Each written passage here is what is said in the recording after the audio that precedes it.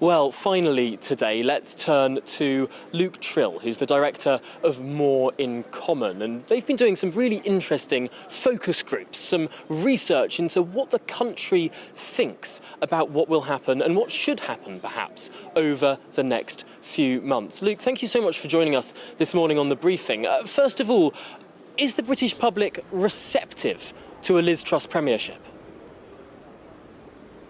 Yeah, I think they are. What was really interesting was that throughout the race, we were holding focus groups up and down the country. And a few themes came across which I think offer real hope for Liz Truss. Firstly, people really like how straightforward she is. A lot of people would say, gosh, she actually answers the question and says what she thinks. And I think in this moment, when we're dealing with that cost of living crisis, that kind of honesty, that saying, look, I'm not going to mess you around, I'm going to lay it out, will prove to be really important, actually, with the public. So I think she starts from a good base. Of course, what the public really now want to know is what is going to be done to help get them through the winter. I spoke to a group of people in Doncaster last week, and they said the one thing that they wanted from Liz Truss this week is to not be afraid about what's going to happen this winter. So that's the test that she faces. And if she passes that, she'll go a long way to proving that she's on people's side.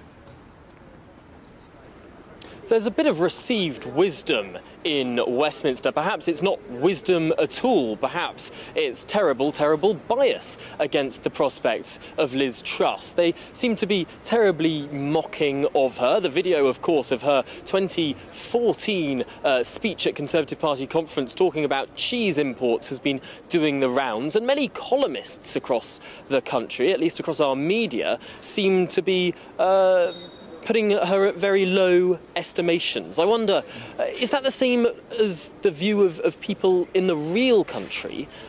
Are our media class underestimating Liz Truss?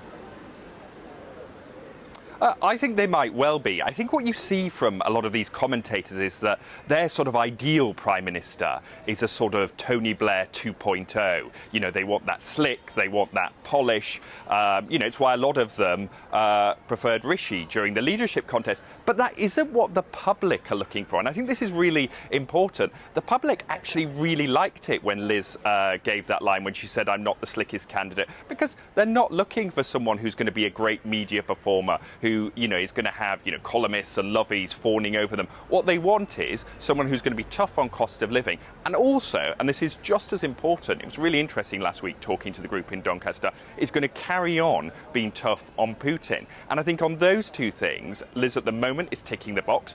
Obviously, a lot depends on what happens over the next few weeks. But I think she's really got the potential to prove those commentators wrong. That's fascinating that particularly people want to see harsh action on Putin. There's been some speculation that there was some Ukraine fatigue setting in. In our last 20 seconds, is this an opportunity for Liz Truss to potentially take on the mantle, set the agenda, really, in the next few days as Prime Minister, and turn those polls around? Absolutely, and the way she will do that is through a strong package on cost of living, showing people she's on their side, and then delivering those promises from the campaign about letting people keep more of their own money in their pocket. If she does that, I think we will see the polls turning around quite quickly. Really, really fascinating stuff there. Well, I suppose we'll have to keep our ears to the ground to see what is going on, what real people out there in the country think about what politicians decide here in Westminster. Fascinating stuff. Luke Tryl, thank you so much for joining us here live from College Green.